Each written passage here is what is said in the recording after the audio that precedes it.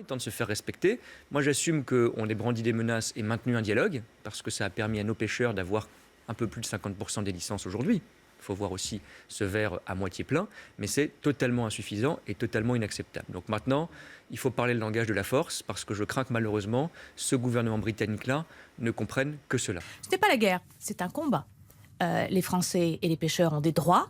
Il y a eu un accord de signer. Nous devons faire appliquer cet accord. Nous avons des droits de pêche. Nous devons les défendre. Et nous les défendons. On a toujours dit que le Brexit en France aurait le visage du pêcheur. Eh bien, nous le savions. Il y a deux dossiers compliqués. L'Irlande, la pêche. Eh bien, ces deux dossiers sont aujourd'hui effectivement des irritants dans les relations entre l'UE et le Royaume-Uni. Oui ou non, y a-t-il une menace de couper l'électricité aux Britanniques, notamment à Jersey et à Guernesey ? Bon, alors d'abord, ce ne serait pas sérieux de dire on coupe l'électricité.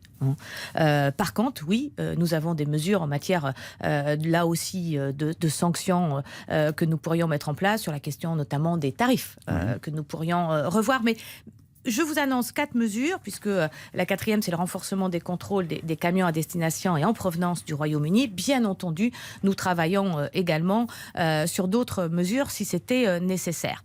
J'ai entendu aussi que les Britanniques disaient c'est totalement disproportionné. Oui. Non, on défend nos droits. On défend nos pêcheurs, on défend le littoral français et son économie. Quand on appose sa signature dans le bas d'un accord, on le respecte.